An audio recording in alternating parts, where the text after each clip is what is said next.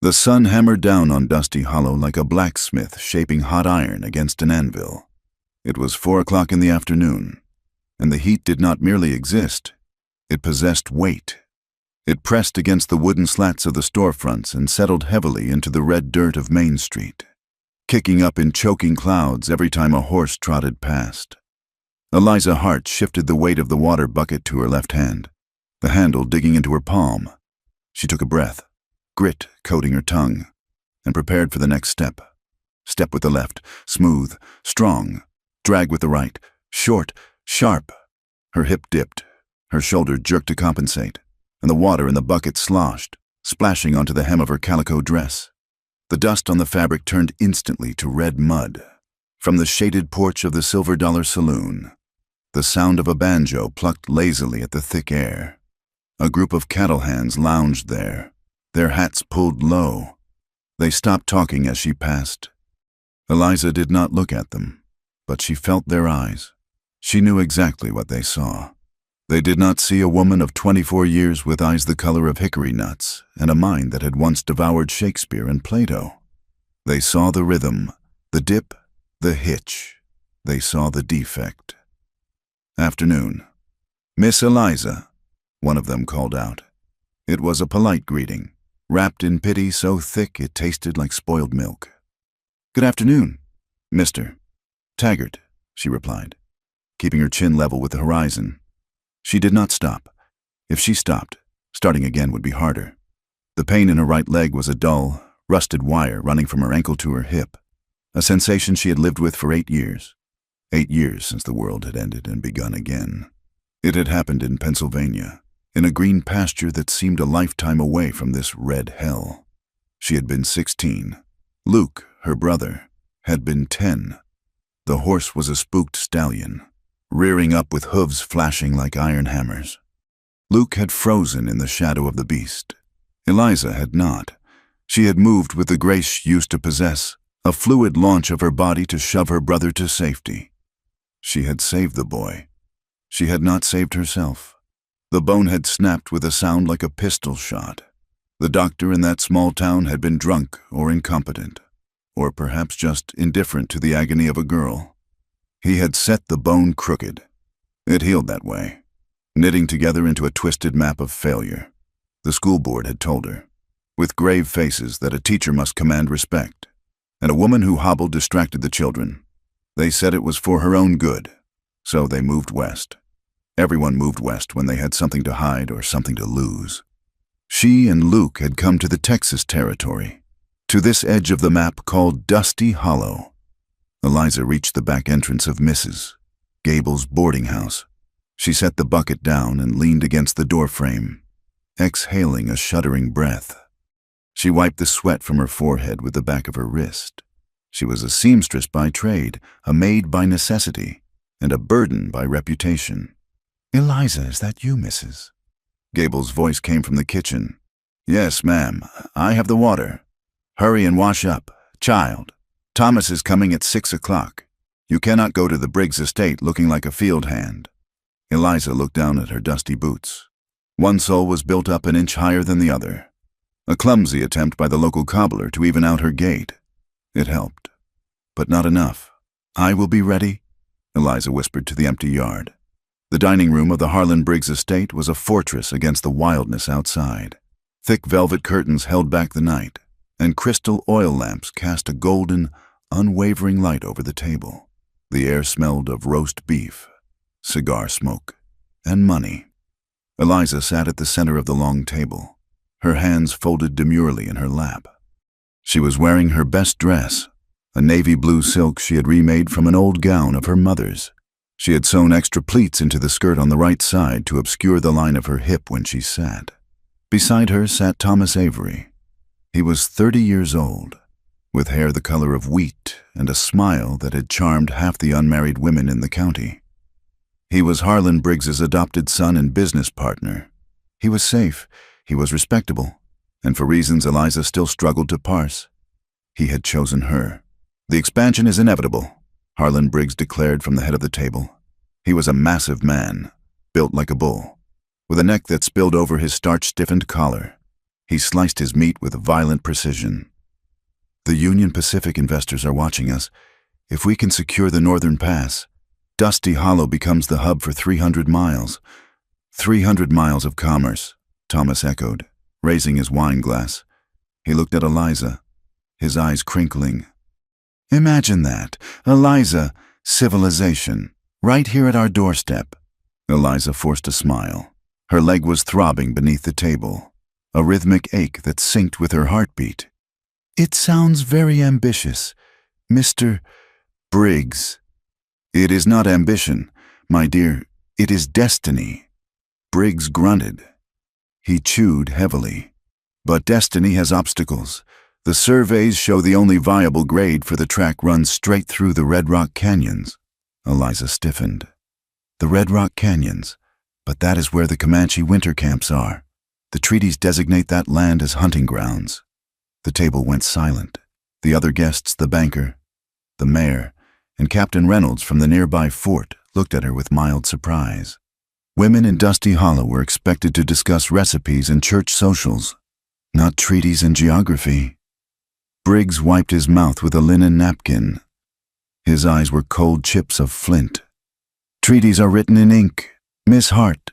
Progress is written in steel. Those savages do not use the land. They wander it like stray dogs. We intend to build something permanent. They have lived there for generations," Eliza said, her voice quiet but steady. She felt Thomas's hand touch her knee under the table. It was a warning squeeze.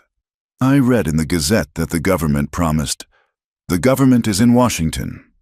Briggs cut her off, his voice booming. "We are in Texas, and I will not let a pack of Stone Age heathens stop the flow of millions of dollars. They are a blight. They steal cattle. They scare off investors. They need to be swept clean." "Swept clean," Captain Reynolds muttered, swirling his whiskey. He looked less certain than Briggs, but he nodded. "If they provoke us, we will have cause. And they always provoke us eventually." "Exactly," Thomas said, his voice smooth as oil. He patted Eliza's knee again, softer this time, patronizing. "Eliza has a tender heart. Father, she saves injured birds. It is part of her charm. But she understands that men must handle the hard business of the world." Eliza looked down at her plate. The roast beef suddenly looked raw and unappealing.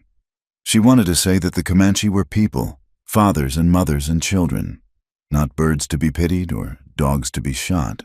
She wanted to say that land theft was theft, no matter how much steel you laid on top of it. But she said nothing. She was 24, unmarried, crippled, and dependent on her brother's meager wages and her own needlework. Thomas Avery offered a house with wooden floors, a carriage so she would not have to walk, and a life where she would never have to worry about the cost of flour. Safety. That was the bargain.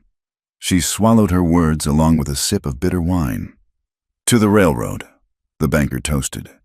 "To a clean land," Briggs growled. The dinner concluded at 9 o'clock. The air outside had cooled, but it was still dry enough to crack a lip. Thomas walked Eliza out to the wide, wraparound porch. The moon was a sliver of bone high in the sky. Thomas stopped near the steps and turned to her. He looked handsome in the moonlight, the very picture of the American dream. He took both her hands in his. "You were quiet tonight, after the toast," he said gently. "My leg was bothering me." Eliza lied. It was easier than the truth. "I am sorry," Thomas cooed. He stepped closer, his hands sliding from her fingers up to her waist. He pulled her slightly against him. It was an intimate gesture, possessive. Eliza felt a flicker of panic. She did not feel desire. She felt gratitude. She told herself. She should feel gratitude. "Mr. Briggs seems very determined about the Comanche," she said, trying to create space with words. "He is a visionary, and soon we will be part of that vision." Thomas leaned down, his face close to her ear. "I have spoken to the architect. The house we build will have ramps in the garden. You will not have to struggle." "That is very kind of you, Thomas." "I want to take care of you." "Eliza." His hand moved lower, resting on the curve of her hip, right above where the bone had shattered and fused. He squeezed, You are a handsome woman. Your face is exquisite. No one looks at your face enough. Eliza froze. When we are married, Thomas whispered, his breath smelling of brandy.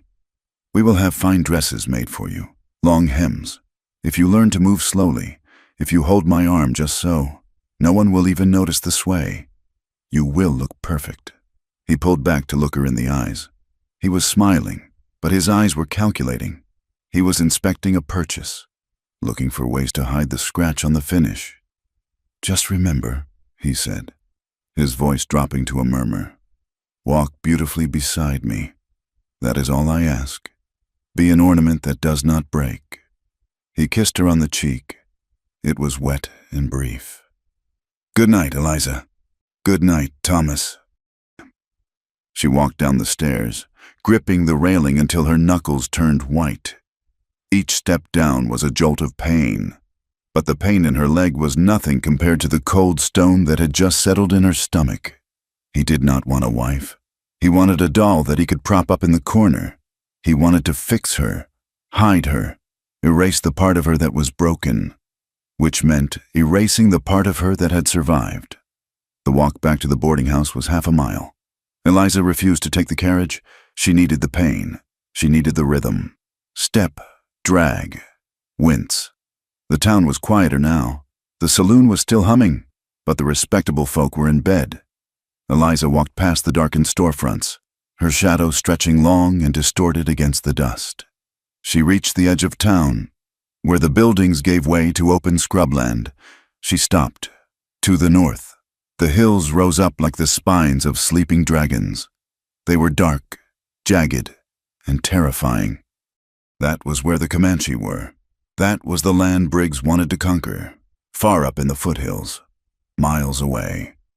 She saw a tiny flicker of orange light, a campfire. She stared at it. Someone was sitting by that fire, a savage. Briggs had said, a threat, but standing there, with the echo of Thomas's demand to walk beautifully ringing in her ears. Eliza felt a strange pull. The people by that fire did not care about railways or investments. They lived under the stars. They moved with the wind. I am tired of hiding, she whispered to the dark. I am so tired of being grateful. A sudden noise made her jump. Careful, Missy, the dark has teeth. Eliza spun around, nearly losing her balance. Sitting in the shadows of the livery stable's overhang was a man. He was a heap of rags and beard, smelling of stale rum and the sea a strange scent in the middle of a desert. It was Barnaby, the old sailor who had somehow drifted this far inland and never found his way back to the water. You startled me, Barnaby, Eliza said, pressing a hand to her chest. You were staring at the fires, the old man rasped. He took a swig from a brown bottle. Bad luck to stare at the fires. They look back. Mister, Briggs says they will be gone soon. The army is going to clear the hills. Barnaby laughed. It was a dry, rattling sound, like dead leaves skittering on pavement. Clear them. You cannot clear the wind, girl. You cannot shoot a shadow. He leaned forward into the sliver of moonlight.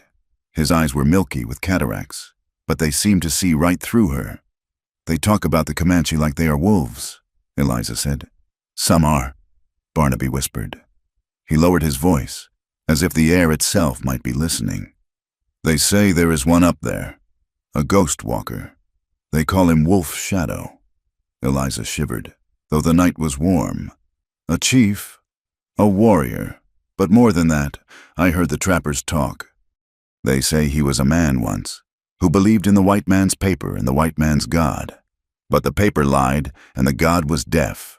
Now he only comes down when the blood pact is broken. Barnaby pointed a crooked finger toward the distant flicker on the hill. He does not fight for land, Missy. He fights for balance, and when the scales tip, Barnaby tipped his bottle upside down. A single drop fell into the dust. He comes to collect. That is just a story, Barnaby, Eliza said, adjusting her shawl. Just a legend to scare children. Maybe, the old man mumbled, settling back into the gloom. But you walk broken, girl. You walk like someone who knows what it costs to survive. The broken ones always hear the legends first." Eliza stared at him for a moment longer, then turned and hurried toward the boarding house. Her legs screamed in protest, her gait clumsy and uneven. Step, drag, wince. She climbed the stairs to her small room, undressed in the dark, and lay on her narrow bed. She closed her eyes, but sleep did not come. Behind her eyelids, she saw the crystal lamps of the Briggs estate, cold and perfect. And then she saw the tiny, wild spark of the fire in the hills. Thomas wanted her to walk beautifully. The world wanted her to be invisible.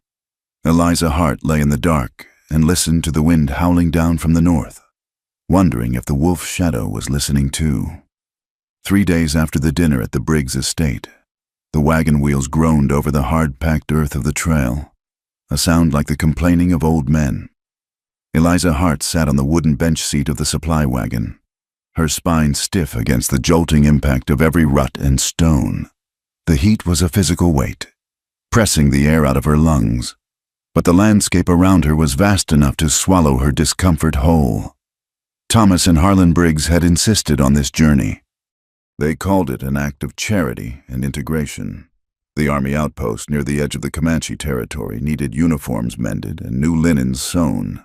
They suggested that Eliza, with her nimble fingers, was the perfect candidate to deliver the goods and take the measurements. Thomas had squeezed her hand and told her it would be good for her to see the frontier under the protection of the company guards, to understand the land they were going to tame. "It will toughen you up, Eliza," he had said, his smile tight. "Show the town you are not afraid of the wild." Now, looking at the endless expanse of sagebrush and red rock mesas rising like altars against the blue sky, Eliza suspected they simply wanted her out of the way while they finalized their railroad contracts. Or perhaps, a darker thought whispered in her mind, they wanted her to see exactly how dangerous the world outside of Thomas's protection could be. The wagon was escorted by 4 men on horseback. They were rough men, employed by the Briggs Cattle Company. Their leader was a man named Silas, who had a face like tanned leather and eyes that seemed to count coins whenever they looked at her. "Best keep your eyes on the ridge, Miss Hart," Silas called out, riding up alongside the wagon. He spat a stream of brown tobacco juice into the dust. "This is bad country, Comanche country. I was told the treaty line was 10 miles north," Eliza said, clutching the side of the wagon as it dipped into a dry wash. Silas laughed, a dry, humorless bark. "Treaty lines are imaginary. Miss, a Comanche does not care about a line on a map. They care about hair. You got nice hair. Would be a shame to see it drying on a lodgepole." The other men chuckled. They had been doing this for 20 miles, telling stories of massacres, of women dragged off into the night, of skin peeled back from skulls while the victim was still screaming. It felt rehearsed, a theatrical performance designed to terrify. Eliza adjusted her bonnet, refusing to give them the satisfaction of seeing her tremble. She looked away from them, out toward the horizon, despite their words. She could not suppress the awe rising in her chest. The land here was violent, yes, but it was magnificent. The red earth seemed to pulse with life. Hawks circled in slow, lazy loops overhead. It was a raw, honest beauty, far removed from the velvet curtains and polite lies of the dining room in Dusty Hollow. "It is beautiful," she murmured to herself. "Deadly is what it is," the driver of the wagon muttered. He was an older man, nervous, his hands white-knuckled on the reins. "I just want to get to the fort, drop this load, and get back before sundown. I do not like the smell of the air today." The air was still, too still. The birds had stopped singing. The road dipped into a narrow canyon, the walls of red stone rising high on either side, casting long, cool shadows. It was a perfect choke point. Eliza had read enough penny dreadfuls to know that, and her stomach tightened. Then, the world exploded. It began not with a sound, but with a color, a flash of red and ochre paint on skin, bursting from the rocks above. Then came the screaming, It was a high-pitched, ululating war cry that bounced off the canyon walls, amplifying until it sounded like 100 demons were descending upon them. "Ambush, ambush!" Silas screamed. Pulling his revolver, gunfire erupted. The deafening crack of pistols and the deeper boom of rifles shattered the silence. The horses pulling the wagon shrieked in terror, rearing up in their harnesses. The driver took a bullet to the shoulder and slumped forward, losing the reins. The wagon slewed violently to the left. Eliza screamed, grabbing for the bench, but momentum was a cruel master. The front wheel struck a boulder, and the entire wagon tipped. The world spun blue sky. Red rock, brown wood, and then darkness slammed into her. She hit the ground hard. The air was knocked from her lungs in a painful whoosh. For a moment, she lay in the dust, stunned, the taste of copper in her mouth. Her bad leg, the right one, throbbed with a fresh, hot agony that radiated up to her hip. "Get the girl! Get the supplies!" someone shouted. Eliza coughed, pushing herself up on her elbows. Her vision swam. The dust was thick, choking. Through the haze, she saw the Comanche attackers. There were perhaps 6 of them, rushing down the scree slope, firing wildly. They wore breechcloths, and their chests were painted with zigzag patterns of black and red. They wore feathers in their hair.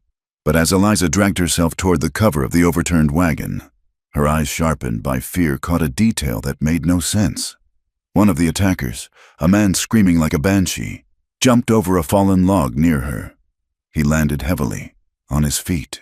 He was not wearing soft deerskin moccasins. He was wearing heavy, black leather cavalry boots with a thick heel, the kind issued to the Union soldiers, the kind sold in the general store in Dusty Hollow. Eliza blinked, trying to clear the dust from her lashes. She looked at his hand. He was gripping a Colt Navy revolver, the metal gleaming and new. He reloaded it with a practiced, mechanical efficiency that spoke of drill yards, not open plains. They are not Comanche, she realized, the thought striking her with more force than the fall. It is a performance. She looked around for the escort. Silas and his men were firing back, but they were shooting high, aiming at the rocks, missing on purpose. It was a chaotic dance, a staged massacre. "Help me!" a voice cried out. Near the front of the wagon, the driver was tangled in the reins, bleeding. Eliza's instinct, honed by years of caring for her reckless younger brother, overrode her terror. She gritted her teeth against the pain in her leg and crawled toward him. "Stay down," she hissed at the driver. "They are not who you think they are." Before the driver could answer, a shadow fell over them. The attacker with the cavalry boots loomed above Eliza. He raised his weapon, his face smeared with grease and paint, but his eyes were bright blue and familiar. He was not there to kill her, she realized. He was there to capture her, to make her the victim in Briggs's narrative. He reached down to grab her arm, and then a sound cut through the canyon. It was not a scream, it was a howl, a long, mournful, terrifying sound that raised the hair on Eliza's arms. It was the sound of a wolf, but it came from a human throat. The attacker froze. From the opposite ridge, the western side of the canyon, figures appeared. These men did not scream. They did not waste movement. They flowed over the rocks like water poured from a jar. They rode horses that seemed to be extensions of their own bodies. The real Comanche had arrived. Chaos descended. The fake attackers turned their weapons on the new threat, their staged raid suddenly turning into a desperate fight for survival. The air filled with the thick, acrid smoke of black powder. Bullets whined off the rocks like angry hornets. Eliza pressed herself into the dirt, covering her head. Through the spokes of the broken wagon wheel, she watched. A warrior on a paint horse broke through the line of the fake attackers. He was terrifying. He wore no shirt, his skin the color of polished bronze, slick with sweat. A single black handprint was painted across his chest. His hair was long and loose, flying behind him like a banner of night. He did not ride toward the wagon to loot it. He rode toward the carnage to intercede. Eliza saw a little girl, the daughter of the wagon driver, who had been hiding in the back amongst the fabric rolls, scramble out. Terrified, running blindly into the open crossfire. "No!" Eliza screamed, trying to stand up, but her leg collapsed under her. The warrior on the paint horse saw the child too. He leaned low, defying gravity, hanging off the side of his galloping horse. With one fluid motion, he scooped the child up, shielding her small body with his own as a bullet tore past his shoulder. He pulled the horse up in a spray of gravel, the animal dancing nervously. He looked around, his eyes scanning the battlefield, and then he looked at Eliza. Time seemed to stutter and stop. The noise of the gunfight faded into a dull roar. The warrior's eyes were black, deep, and intelligent. There was no savagery in them, only a fierce, focused intensity. He looked at her not as an enemy, but as a puzzle. It was him, the wolf shadow, the man from the stories. Eliza stared back, mesmerized. For a heartbeat, they were the only two people in the canyon. Then, a sharp, searing pain tore through her right calf. Eliza gasped. The sound strangled in her throat. A stray bullet had grazed the outside of her bad leg, tearing through the skirt and the flesh. The shock was immediate.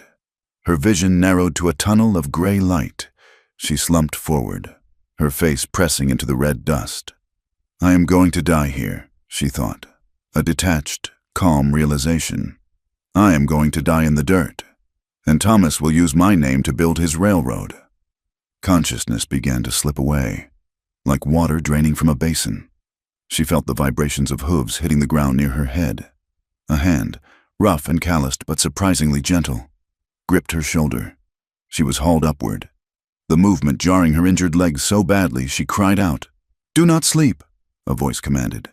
It was a deep voice, the English heavily accented, the vowels long and flat, like stones skipping on water. Eliza forced her eyes open. The warrior, wolf shadow, was holding her. He was impossibly strong. He held the little girl with one arm against his chest and supported Eliza with the other. The smell of him filled her nose sage, wood smoke, horse sweat, and the metallic tang of adrenaline. "If you sleep," he said, looking directly into her eyes, "you will not wake up." He did not wait for her permission. He swung her up, leveraging her body over the wither of his horse. The animal shifted, its muscles bunching beneath her. Wolf shadow vaulted up behind her. Eliza was pressed against his chest. She could feel the rapid, powerful thud of his heart against her back. "Hold the child," he ordered, pressing the driver's daughter into Eliza's arms. Eliza clutched the weeping girl instinctively. Wolf shadow kicked his horse, and they surged forward. They were not running away. They were vanishing. He guided the horse not down the road, but up a narrow, hidden fissure in the canyon wall that Eliza had not even seen. As the horse scrambled up the steep incline, hooves striking sparks against the stone, Eliza turned her head to look back at the ambush site below. The dust was settling. The Comanche attackers were retreating, realized they were outmatched. One of them, the man in the cavalry boots, had ripped the bandana from his face to wipe the sweat from his eyes. He looked up, watching his prize escape. Eliza's breath hitched. She knew that face. It was not a stranger. It was Dutch, the foreman of the Briggs Ranch, the man who had held the door open for her when she arrived for dinner 3 nights ago, the man who worked directly for Harlan Briggs. The realization hit her harder than the bullet. There were no savages down there, only men with payrolls. It was them," she whispered, her voice slurring as the blood loss began to take its toll. "It was lie." "Hold on," Wolf Shadow growled in her ear. They crested the ridge and plunged into the labyrinth of the high country. The horse moved with a terrifying speed, leaping over crevices and sliding down shale slopes. Eliza felt every impact in her shattered bone. The pain was a white-hot fire consuming her leg. She tried to stay awake. She tried to tell him that she was not an enemy, that she knew the truth now. But the rhythm of the gallop was hypnotic. Step, drag, wince, gallop, breath, heartbeat. The world blurred. The red rocks turned to gray, then to black. The last thing Eliza felt was the arm of the Comanche warrior tightening around her waist, an iron band keeping her from falling into the void. Then she surrendered to the dark. Consciousness returned to Eliza not as a flood, but as a slow, rhythmic tide. First came the sound of water trickling over stones, a gentle and persistent music that felt entirely out of place after the chaos of the ambush. Then came the smell, pungent and earthy burning sage, cedar smoke, and the rich, savory scent of roasting venison. She opened her eyes. Above her, filtered sunlight streamed through the smoke hole of a hide lodge, painting the interior in warm hues of amber and gold. She lay on a bed of furs that was softer than any mattress she had slept on in Mrs. Gable's boarding house. She tried to sit up, and the memory of the bullet slammed into her. A sharp, hot ache radiated from her right calf. She gasped, her hand flying to the wound. "Be still," a voice said. It was a woman's voice, cracked with age but soothing, like dry leaves rustling together. Eliza turned her head. Sitting beside her, grinding dried leaves in a stone bowl, was an elderly Comanche woman. Her face was a map of deep lines etched by wind and sun. Her hair, a striking silver braided with strips of leather. This was Ashen Dove. "The bullet passed through," Ashen Dove said, her English halting but clear. She applied a cool, green paste to the wound, and the burning sensation instantly subsided into a dull throb. "It did not touch the bone. You were lucky. Or perhaps the spirits pushed it aside." "Where am I?" Eliza asked, her voice raspy. She looked around. The lodge was spacious, filled with woven baskets and hanging herbs. "You are where the bluecoats cannot find you," Ashen Dove replied. She wiped her hands on a cloth. "You are safe." Eliza pushed herself up on her elbows, panic fluttering in her chest. "The little girl, the driver's daughter, is she?" "She is outside. She plays with the dogs. Children forget fear quickly when they are fed."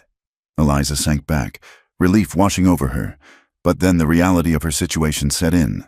She was a captive, a prisoner of the very people she had been told were monsters. "Why?" Eliza whispered. "Why did you take us?" The flap of the lodge was pushed aside, and a shadow fell across the firs. Wolf Shadow entered. He looked different than he had in the canyon. The war paint was gone, revealing a face of striking, angular planes, high cheekbones, a strong jaw, and eyes that were obsidian dark. He wore a simple buckskin shirt and leggings. He did not look like a demon. He looked like a man who carried the weight of a mountain on his shoulders. He stood near the entrance, his posture relaxed but alert. "If we had left you there," Wolf Shadow said, his deep voice filling the small space, "your own people would have killed you." Eliza frowned. "That is insane. They were coming to help." "They were coming to finish a story," Wolf Shadow corrected her. He crossed his arms. "The story of the savage Comanche who slaughtered a wagon train. They needed bodies to prove the story true. A dead woman and a dead child make better headlines than living witnesses." Eliza opened her mouth to argue, but the image of Dutch, the foreman, wiping the sweat from his face with his cavalry boots on, flashed in her mind. She remembered the staged way they had fired their guns. She remembered the lack of shock in Silas's eyes. She closed her mouth. The truth was a cold stone in her stomach. "You are guests here," Wolf Shadow said, watching her reaction closely. "Not prisoners, but you cannot leave, not yet. The soldiers are combing the hills. If they find you, they will silence you." With that, he turned and ducked back out into the sunlight. 2 days later, Eliza was strong enough to hobble to the entrance of the lodge. She leaned against the support pole, blinking in the bright afternoon light. The camp was nestled in a hidden box canyon, surrounded by sheer red cliffs that protected it from the wind and prying eyes. It was nothing like the chaotic, violent den of thieves Briggs had described at his dinner table. It was a village. She saw women sitting in circles, laughing as they scraped hides or sewed moccasins with intricate beadwork. She saw men tending to horses, speaking to the animals with low, gentle murmurs. She saw children, Comanche children, and the little white girl, Sarah, running through the tall grass, chasing a scruffy dog. There was no cruelty here. There was industry, community, and a sense of peace that Dusty Hollow. with all its straight lines and rigid rules, completely lacked. Eliza watched a young mother nursing an infant near a fire. The woman looked up, saw Eliza, and offered a shy, tentative smile. Eliza felt a crack in the foundation of her worldview. She had been a teacher. She had taught history from books written by men in Washington and New York. Those books spoke of manifest destiny and inevitable progress, of bringing light to the darkness. But standing here, watching the sunlight play on the canyon walls and listening to the laughter of children, she wondered who truly held the light. She felt a presence beside her. Wolf's shadow was leaning against a rock nearby, whittling a piece of ash wood. He did not look up, but she knew he was aware of her every breath. "You look confused," he said. "I am," Eliza admitted. She shifted her weight off her bad leg. This is not what they say it is. Fear paints ugly pictures," Wolf Shadow said. He blew the shavings off the wood. He looked up at her, then, "In the canyon, when the shooting started, you did not hide. You crawled toward the driver. You tried to help the soldier." Eliza looked down at her hands. "He was hurt. He was one of the men who led you into a trap. I did not know that then, and even if I had—" She paused, looking for the words. "I was a teacher once, before I came west. I taught children to read and to be kind. I cannot turn off the part of me that values life just because the person holding it is flawed. To watch a man die like an animal, without comfort, I could not do it." Wolf Shadow studied her. His gaze was intense, stripping away her defenses. For the first time, Eliza saw something soften in his eyes. It was not pity. It was recognition. "You have a warrior's heart," he said quietly. "It is a rare thing in a world of traitors." He stood up and walked away, leaving Eliza leaning against the pole, her heart beating a strange, erratic rhythm against her ribs. Night fell over the canyon like a heavy velvet blanket. The air grew cool, and the fires burned brighter, casting dancing shadows against the rock walls.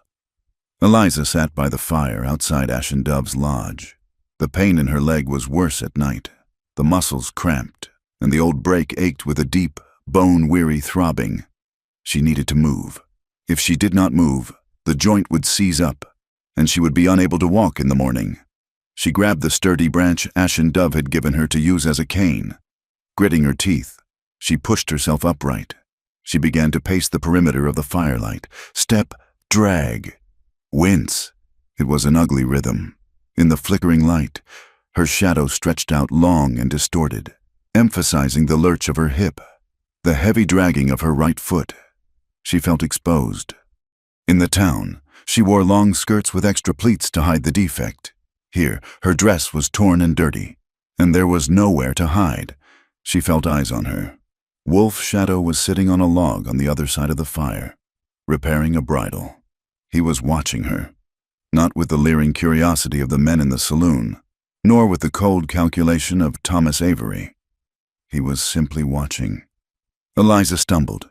Her cane slipped on a loose stone, and she lurched forward, barely catching herself before she fell into the dirt. The clumsiness burned her face hotter than the fire. She straightened up, tears of humiliation stinging her eyes. She hated this. She hated being broken. She hated that this strong, whole man was witnessing her struggle. "Stop staring," she snapped, the words bursting out of her before she could check them. Wolf Shadow set the bridle down. "I am watching a woman walk. Is that a crime in your world? You are watching a cripple struggle," Eliza retorted bitterly. She leaned heavily on the cane, her knuckles white. "Do not pretend otherwise. I see it in your eyes. It is what everyone sees." She gestured violently at her leg. "I limp when I walk," she said, her voice shaking with years of accumulated shame. "That is what they see first. That is all they see. They see the broken bone, and they think the mind is broken too. They think the woman is half a woman." The silence that followed was heavy. The only sound was the popping of the cedar wood in the fire. Wolf Shadow stood up. He moved around the fire, coming toward her. He moved with a predator's grace, silent and sure. He stopped only 2 feet away from her. He was tall, looming over her, but he did not feel threatening. He felt solid. He looked down at her. His eyes traveled slowly from the dusty hem of her skirt, up the line of her crooked stance, over her heaving chest, and finally locked onto her eyes. There was no pity in that gaze. There was heat. There was a raw, masculine appraisal that made Eliza's breath hitch in her throat. "I do not see a cripple," he said. His voice was low, a rough rumble that vibrated in the air between them. He took a step closer. The scent of him, leather and smoke, enveloped her. "I see a woman who walked out of a canyon with a bullet in her leg and a child in her arms," he continued. "I see a woman who stood up to a gunfight with nothing but a teacher's courage." He reached out and gently touched her shoulder. His hand was warm, his fingers calloused but incredibly gentle. "Speed is for horses," he murmured. "I need a partner, not a racer." The words hung in the air, shimmering. "I need a partner, not a racer." Eliza stared at him, stunned. Thomas had wanted an ornament. He had wanted her to walk beautifully so he would look good. Wolf Shadow did not care how she walked. He cared that she kept moving. He was offering her a place not behind him, or on a pedestal, but beside him. A flush rose from her neck to her cheeks, but it was not shame this time. It was something else, something dangerous and thrilling. Wolf Shadow's hand slid from her shoulder to her upper arm, his thumb grazing the soft skin there. The touch was electric. Eliza felt her knees weaken, not from the injury, but from the sudden, overwhelming realization that he found her desirable, broken leg and all. "You should sleep," he said softly, stepping back, breaking the spell but leaving the tension humming in the air. "Tomorrow, we walk the rocks. You need to learn the ground." Eliza nodded, unable to speak. She watched him walk away into the darkness, and for the first time in 8 years, she did not feel like a broken thing. She felt like a woman standing in the firelight.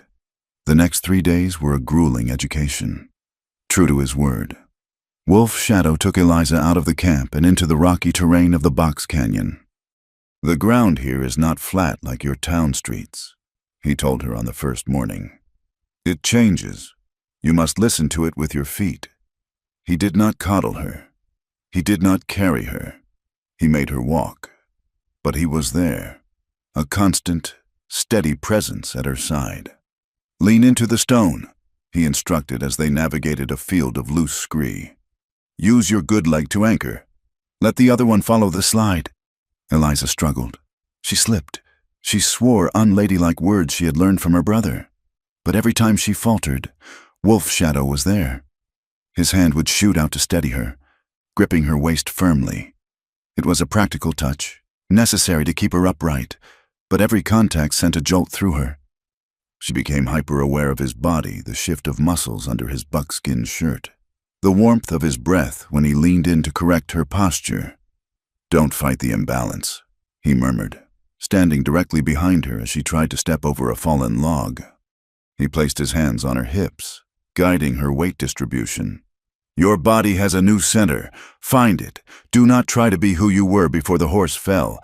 Be who you are now." Eliza closed her eyes, focusing on the sensation of his large hands on her waist. "It is hard," she whispered. "I spent so long trying to hide it." "There is no hiding here," he said, his breath stirring the hair at the nape of her neck. "The mountain does not care if you are pretty. It cares if you are strong." They sat on a flat rock overlooking the valley to rest. They shared a canteen of water, the metal warm from the sun. "Why were you a teacher?" Wolf Shadow asked, watching a hawk circle below them. "I loved books," Eliza said, wiping sweat from her forehead. "I loved the idea that words could take you places you could never go. And after the accident, it was the only thing I could do. No man wanted a wife who could not dance or work the fields. My family, they did not know what to do with me. I was a burden, an embarrassment, so I taught until the school board decided my limp was distracting." She laughed bitterly. "And then my brother and I came west, because the west is where the unwanted things go." Wolf Shadow took a sip of water. "We are not so different. Eliza Hart. It was the first time he had used her name. It sounded strange and beautiful on his tongue. "I was a peace chief's son," he said, looking out at the horizon. "I believed the white soldiers when they came with papers. I told my people to sign. I told them we could live side by side. I thought I was wise." His hand tightened on the canteen. "Then the soldiers got drunk one night. They crossed the line. They burned the winter village. My wife, my child. They did not make it out of the lodge." Eliza gasped softly. She reached out and covered his hand with hers. He did not pull away. "I was not a warrior then," he said, his voice flat and hard as iron. "I was a diplomat. I was a fool. Now, I am what they made me. I am the shadow that bites back. I am an outcast among my own people too. Sometimes, the old chiefs think I am too angry. The young ones think I am too cautious." "You are not a fool," Eliza said firmly. "You believed in honor. That is not a sin. The sin belongs to those who broke the promise." Wolf Shadow turned his hand over, interlacing his fingers with hers. His palm was rough, calloused from reins and bowstrings. Her hand looked small and pale against his. "We are both limping," he said softly. "You in your body, me in my spirit. Maybe that is why the spirits brought you to this canyon." They sat there for a long time, holding hands in the silence of the high desert. Two broken pieces of the world finding that they fit together. From the entrance of her lodge, Ashen Dove watched them return to camp as the sun began to dip below the rim of the canyon. She saw the way Eliza walked, still limping. Yes, but with her head up, her eyes bright. She saw the way Wolf Shadow matched his pace to hers, shortening his long stride so they moved in tandem. She saw the way their shoulders brushed, a casual intimacy that spoke volumes. The old woman smiled, revealing teeth worn down by years of chewing leather. She went back to her grinding bowl. Fire and dry grass, she muttered to the spirits of the lodge. A dangerous combination, but it is the only way to clear the dead wood and let the green grow again. She knew what was coming. The soldiers were getting closer. The war was knocking at the canyon walls. But for now, in the heart of the storm, something new was taking root, something stronger than hate and more enduring than fear. Eliza Hart had stopped trying to run the race she could never win. She had found a partner, and that, Ashen Dove knew, was the most dangerous thing of all for a man like Harlan Briggs. Because a woman who knows her own worth is a weapon that cannot be uncocked. The descent from the high country was a journey of silence. The air grew heavier with every mile they traveled south, losing the crisp, pine-scented purity of the canyon and taking on the stale, dusty taste of the plains. Eliza rode behind Wolf Shadow, her arms wrapped around his waist. It was no longer an act of desperate survival, but a conscious choice of proximity. She could feel the muscles of his back shift with the movement of the horse, a living wall between her and the world she was returning to. She had argued with him for an hour that morning. She had insisted that Luke, her brother, would be frantic. She had argued that someone had to tell the truth about the men in the cavalry boots. Wolf Shadow had listened, his face impassive, and finally nodded. He respected her will, even if he doubted her world. They stopped at the ridge overlooking Dusty Hollow. It was late afternoon, and the town looked like a scar on the earth, a collection of brown boxes huddled against the vastness of the prairie. Wolf Shadow dismounted and helped her down. His hands lingered on her waist for a moment longer than necessary to steady her. "You are walking back into a cage, Eliza Hart," he said, his voice low. "I have to," Eliza replied, smoothing down the rough buckskin skirt Ashen Dove had given her. She looked at him, her heart hammering a frantic rhythm against her ribs. "If I do not speak, Briggs wins. He turns a lie into a war." "They will not hear you," Wolf Shadow warned. "Their ears are tuned to the sound of gold and fear. The truth is a quiet thing." "Then I will shout it," she said. He looked at her, and the intensity of his gaze made her breath hitch. He reached out, his hand enveloping hers. It was a rough hand, scarred and calloused, but it held hers with a reverence that Thomas Avery had never shown. The distance between them vanished. She could smell the wood smoke in his hair and the scent of leather heated by the sun. "If the cage becomes too small," he murmured, stepping closer until the toes of his moccasins touched the tip of her boots. "Remember the way to the canyon." "I will not forget," she whispered. He did not kiss her. Not yet. But the air between them crackled with the promise of it. A tension so thick it felt like a physical touch. He squeezed her hand once, hard, and then vaulted onto his horse. He did not look back as he rode into the tree line, vanishing as if he were made of the landscape itself. Eliza stood alone on the ridge. She took a deep breath, adjusted her grip on her walking stick, and turned toward the town.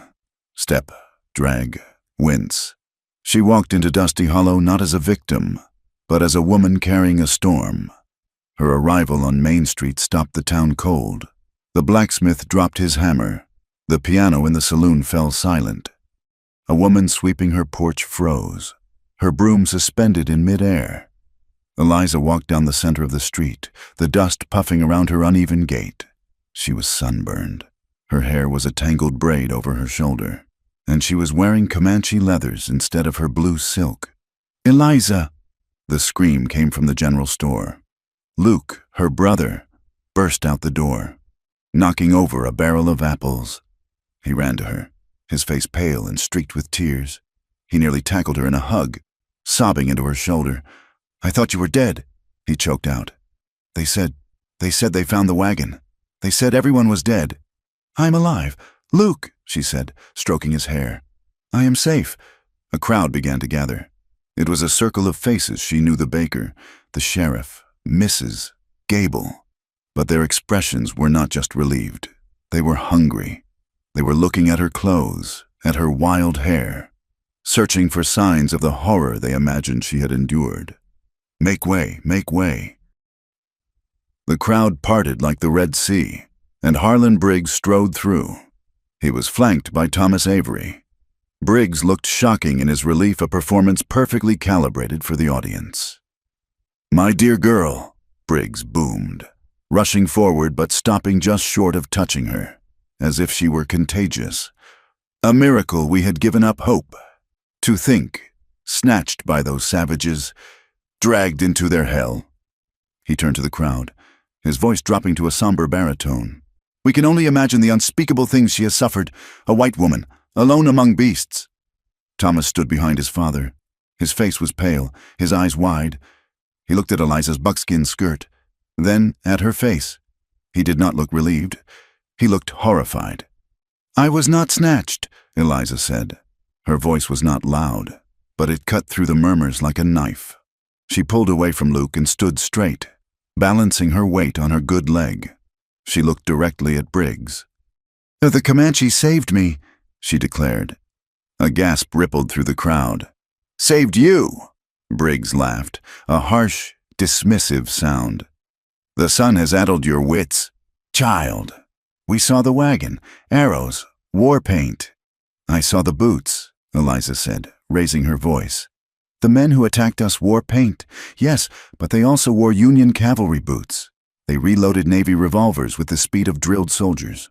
And when the real Comanche arrived, your foreman, Dutch, was the one leading the attackers."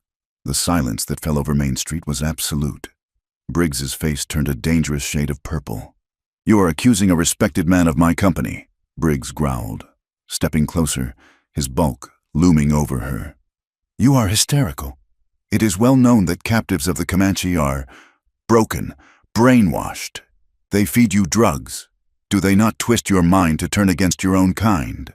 He turned to the crowd, spreading his hands. "Look at her, dressed in skins. Defending the monsters who killed our driver. The trauma has unhinged her." "I am not unhinged," Eliza shouted. "I am telling you the truth.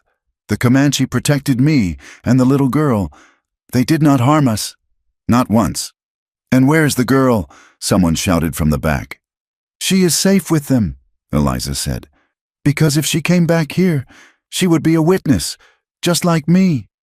Thomas stepped forward then. He looked pained, as if he were the one suffering. "Eliza, please," he said, his voice thin. "Stop this. You are humiliating yourself. Come indoors. We will get the doctor. We will get you cleaned up." he said, cleaned up, the way one might talk about scraping manure off a boot. I do not need a doctor. Thomas, Eliza said, looking him in the eye. I need you to listen. But she saw it in his eyes. He was not listening. He was calculating the damage to his reputation. The town was already murmuring, the tide turning against her. It was easier to believe that a woman was mad than to believe the richest man in town was a murderer. Take her to the boarding house, Briggs ordered the sheriff. Keep her there, for her own safety. She is obviously not herself. 2 hours later, Eliza sat in Mrs. Gable's parlor. She had refused to change out of her buckskins until Thomas arrived. She wanted him to see her as she was. When Thomas entered, he did not sit. He stood by the fireplace, adjusting his cuffs. He refused to look at her directly. Father is furious, Thomas began, accusing Dutch. It was a madness. Eliza, Dutch has been with the company for 10 years. Dutch led the attack. Thomas, I saw his face. You saw what you wanted to see in a panic, Thomas snapped. He finally looked at her, his lip curling. And look at you. You look like a squaw. I look like a survivor, Eliza said coldly. Thomas sighed, running a hand through his hair. I had big plans for us. Eliza, the railroad contract is weeks away. I needed a partner who could host dinners, who could charm investors, a wife who represented the best of civilization. He gestured vaguely at her leg, then at her clothes. I cannot marry a woman who has lived in a teepee. Eliza, people talk. They will say you are soiled. They will wonder whose bed you warmed to stay alive. Eliza felt a cold rage settle in her chest, freezing the tears that had threatened to fall. Is that what you think, that I traded my body for safety? It does not matter what I think, Thomas said, turning his back to her. It matters what the voters think. It matters what the church thinks. And besides, he glanced at her reflection in the mirror. I need a wife who can walk down the aisle without stumbling. I need someone whole, not someone who drags a scandal behind her like a bad leg. The words hung in the air, cruel and final. Eliza stood up. She grabbed her stick. She walked over to him, the thump drag of her step loud on the wooden floor. You are right, Thomas, she said. You do need someone whole, because you are only half a man. She pulled the engagement ring from her finger, a modest garnet set in silver, and dropped it onto the mantelpiece. It made a sharp clink. Get out, she said. Thomas stiffened, adjusted his collar, and walked out without a word. Eliza waited until the door clicked shut before she sank into the armchair, her hands shaking. She was alone. The town thought she was mad. Her fiancé had discarded her, but for the first time in her life, she felt entirely clean. That evening, the heat refused to break. Eliza could not stay in the boarding house. The walls felt like they were closing in. She knew she was being watched. The sheriff had posted a deputy across the street, but she needed air. She slipped out the back door, moving through the alleyways she knew by heart. She intended to go to the small chapel at the edge of town to pray, or perhaps just to think. But as she passed the rear of the saloon, voices drifted out from an open window on the second floor. It was Briggs's private office. 500 troops. Captain, that is what I need. Briggs's voice was unmistakable. Eliza pressed herself against the rough wood of the building, holding her breath. 500 is a regiment. Harlan? Another voice replied. Captain Reynolds. I cannot deploy that kind of force based on the ramblings of a traumatized girl. The girl is irrelevant, Briggs said dismissively. I have the evidence you need. My scouts found a stash of army rifles in a ravine near the Red Rock Canyon, stolen from your supply train last month. The Comanche are stockpiling weapons. Captain, they are preparing for war. If we do not strike first, Dusty Hollow will burn. Eliza clamped a hand over her mouth. It was a lie, another fabrication. If they have rifles. Reynolds sounded hesitant, his duty warring with his conscience. They do, Briggs insisted. We move at dawn. 3 days from now, we surround the Box Canyon. No surrender. We wipe the nest clean. Think of it, Reynolds. You will be the hero who secured the territory for the Union Pacific. A promotion, A pension. There was the sound of glass clinking against a bottle. Dawn. 3 days, Reynolds said heavily.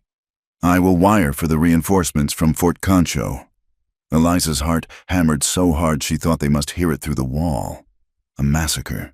They were planning a massacre, and they were using her return as the catalyst. She had to warn him. She waited until the voices faded, then limped as fast as she could toward the edge of town. Her legs screamed in protest, but she ignored it. She made her way to the laundry grounds, a flat area near the creek where the washwomen hung sheets to dry. Beyond it lay the foothills. It was dark now, the moon obscured by clouds. Eliza gathered a small pile of dry sagebrush and twigs. Ashen Dove had taught her the signals: a large fire for help, a smoky fire for concealment, and 3 small, quick flashes for danger. She struck a match, shielding the flame with her skirt. She lit the brush, let it flare up, then smothered it with dirt. She did it again, and a third time. Then she waited. The minutes stretched into an hour. The crickets chirped in the darkness. Had he seen it? Was he even watching? You play with fire, Eliza Hart. She spun around. Wolf Shadow detached himself from the darkness between 2 hanging bedsheets. He was so silent she hadn't heard a twig snap. He was close, dangerously close. They are coming, she whispered, the words rushing out. Briggs has convinced the captain. 500 soldiers. Reinforcements from Fort Concho. They plan to attack in 3 days. Dawn. Wolf Shadow's face was a mask of stone in the shadows, but his eyes glittered. He moves quickly. He told Reynolds your people are stockpiling stolen rifles. He planted evidence. Eliza reached out, gripping his forearm. His skin was cool from the night air. You have to move the camp. Tonight. Go deep into the mountains where wagons cannot follow. If we run, we prove his lie, Wolf Shadow said. If we run, we starve in the high peaks. If you stay, you die, Eliza pleaded. This isn't a skirmish. Wolf Shadow, it is extermination. He looked down at her, and the hardness in his face fractured. He raised his hand, his fingers grazing her cheekbone, tracing the line of her jaw. The touch was feather-light, a startling contrast to the violence of his words. You came back to a den of snakes, he murmured, and yet you come out here, in the dark, to save us. I am not saving us, Eliza said, her voice trembling. I am saving you.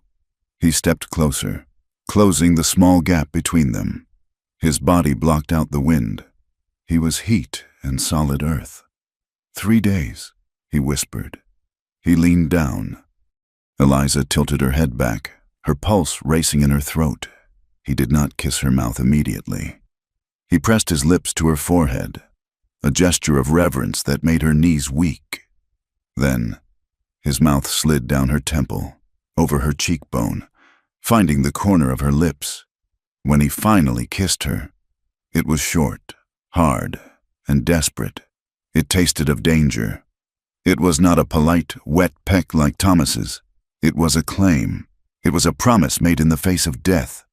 Eliza gasped against his mouth, her hands clutching the front of his buckskin shirt. For a moment, her bad leg, her shame, the town, the railroad, it all vanished. There was only this man and the fire in her blood. He pulled back, his forehead resting against hers. His breathing was ragged. If we survive this, he growled low in his throat. We will speak of this again, in the sunlight, not in the shadows. We will survive, Eliza said fiercely. Go, he commanded, stepping back into the dark. Do not let them see you. Be the shadow now. He vanished as quickly as he had come. Eliza stood alone by the laundry lines, her lips still tingling, her heart beating a war drum. She touched her mouth. She turned back toward the lights of Dusty Hollow. The fear was gone. In its place was a cold, sharp clarity. She would not just warn the Comanche. Warning them was not enough. Briggs would just chase them to the next canyon. To stop this, she had to cut the head off the snake. She had to destroy Harlan Briggs. She adjusted her skirt, gripped her stick, and began the long walk back to the boarding house. She had 3 days, and, for the first time in her life, Eliza Hart was ready to fight dirty. The dawn broke over Dusty Hollow, not with the promise of a new day, but with the metallic taste of impending violence. The sky was a bruised purple, bleeding into a harsh, unforgiving orange at the horizon. Eliza Hart stood in the shadows of the livery stable, her breath misting faintly in the chill morning air. Her hands trembled, not from cold, but from the adrenaline that had been coursing through her veins since she had stolen the ledger from Harlan Briggs's office 3 hours ago. It had been a reckless, terrifying act slipping through the back window while the town slept, guided only by the moonlight and a desperation that tasted like ash. She tightened the cinch on the saddle of the mare she had borrowed from the stable. Her right leg, the bad one, throbbed with a dull, persistent ache, a reminder of the miles she had walked the night before. But today, pain was a luxury she could not afford. She reached down and took a strip of leather she had cut from an old rein. With swift, jerky movements, she bound her right boot to the stirrup. "You cannot fall," she whispered to herself. "If you ride to stay. Eliza." She froze.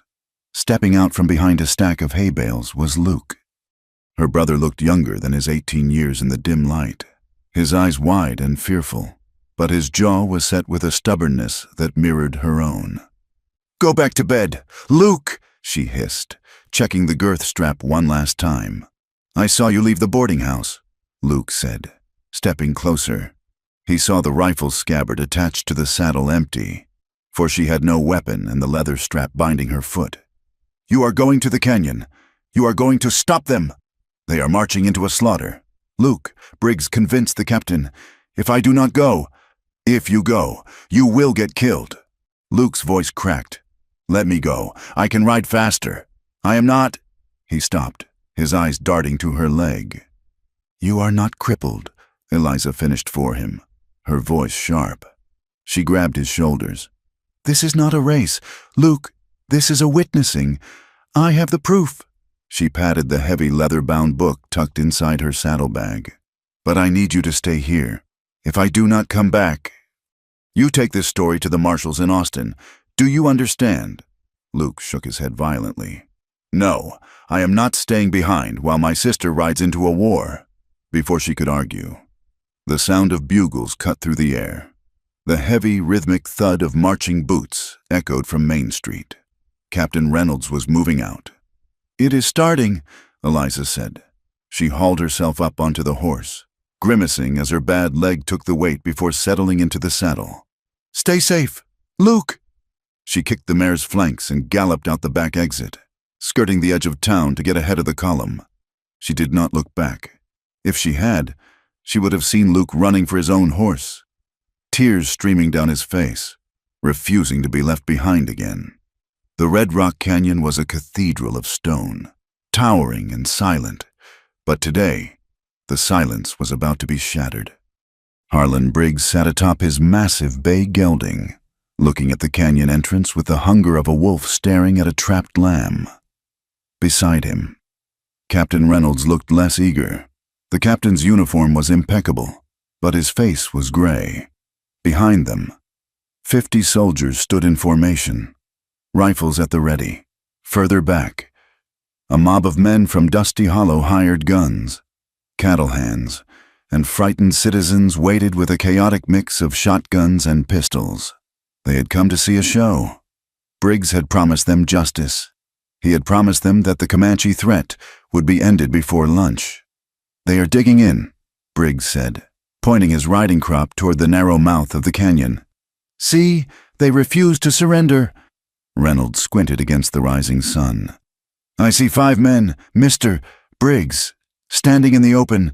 That does not look like an ambush. It looks like a parley."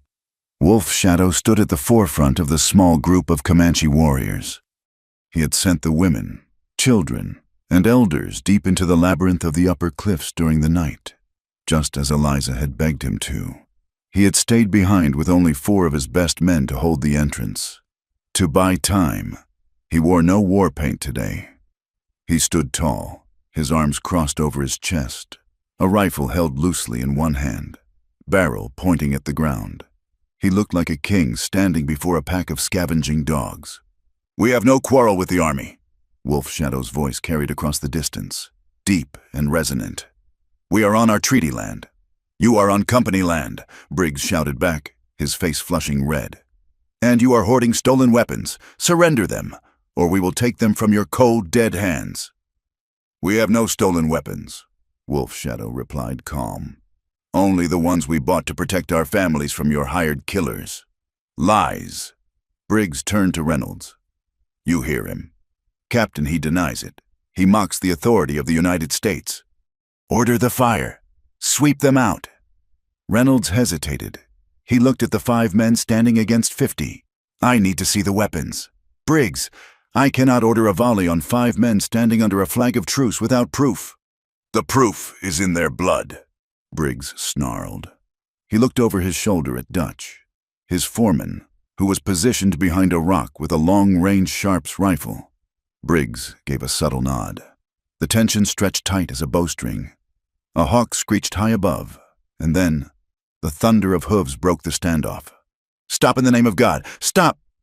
Every head turned. Racing down the scree slope from the eastern ridge was a lone rider. The horse was sliding, nearly falling, kicking up clouds of red dust.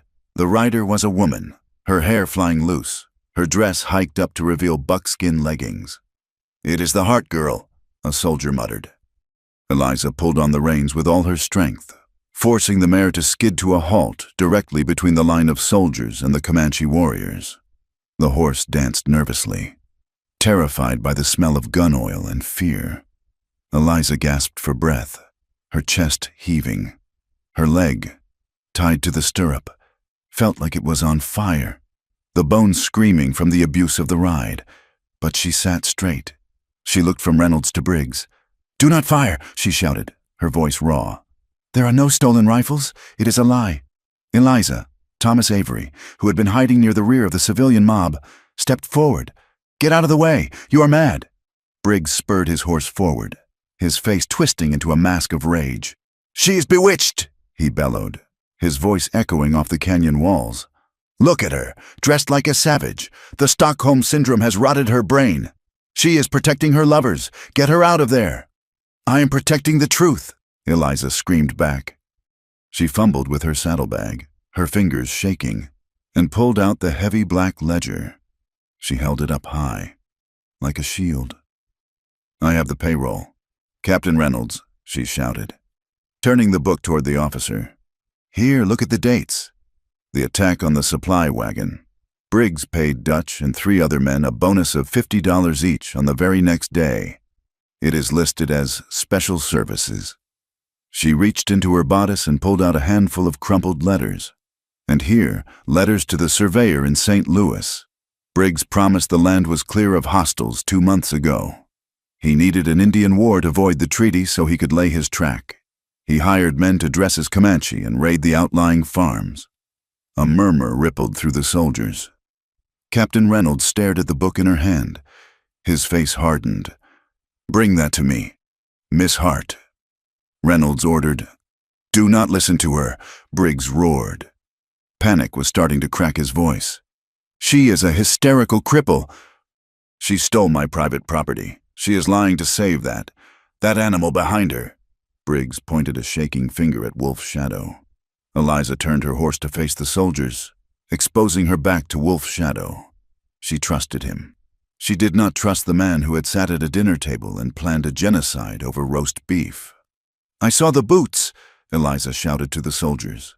"When the wagon was attacked, the man who tried to drag me away was wearing cavalry-issue boots. It was Dutch. Ask him to show you his boots." 50 pairs of eyes shifted to where Dutch was crouching. The foreman looked around, sweat beading on his forehead. He instinctively tried to pull his feet under him. "That is enough," Briggs screamed. He realized the tide was turning. The narrative he had carefully constructed was unraveling because of one woman who refused to stay broken. Briggs looked at Dutch and gave a frantic, cutting motion with his hand. "Kill him! Kill the Indian! Start the war!" Dutch raised his rifle. He did not aim at Reynolds. He aimed past Eliza, directly at the chest of Wolf Shadow. Eliza saw the movement.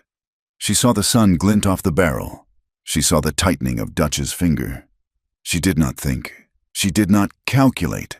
There was no time to untie her leg. There was no time to shout. She slammed her heels into the mare's ribs and yanked the reins to the left. The horse lunged. Bang! The sound was deafening in the enclosed space. Eliza felt a sensation like being struck by a sledgehammer. It was not in her chest. It was lower.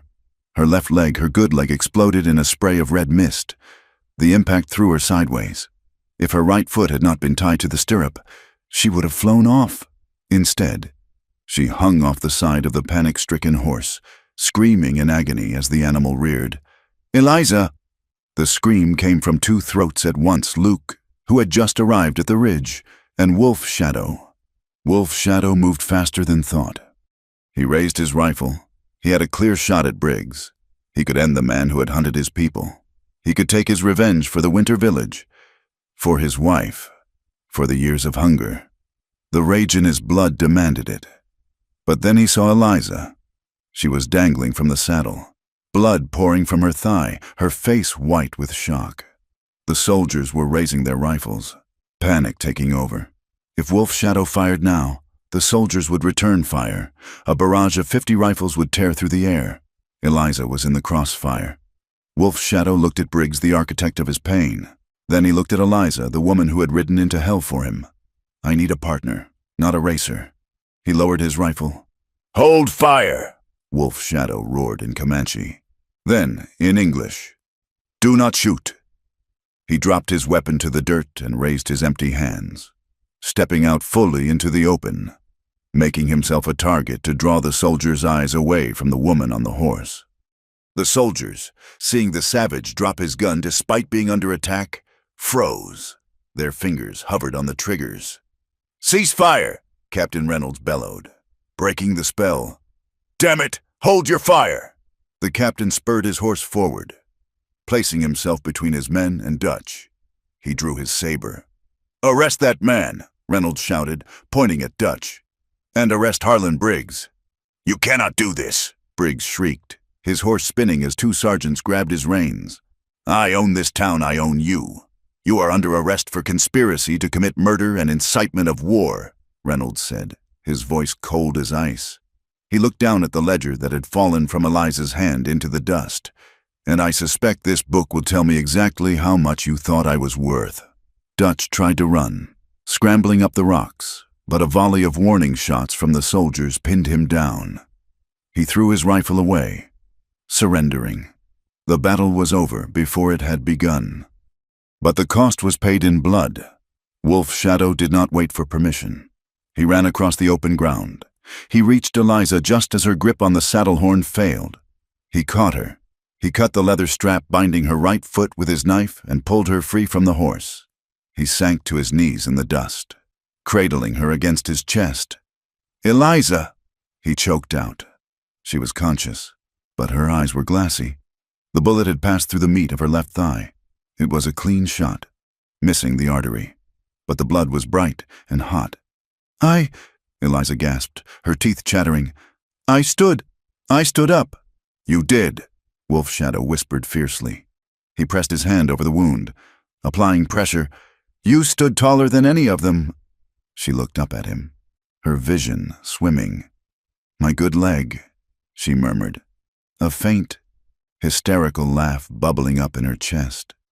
Now I have a matching set." "Hush," he said, brushing the hair from her sweating forehead. Around them, the chaos was settling. The soldiers were securing Briggs and Dutch. The townspeople were staring in stunned silence.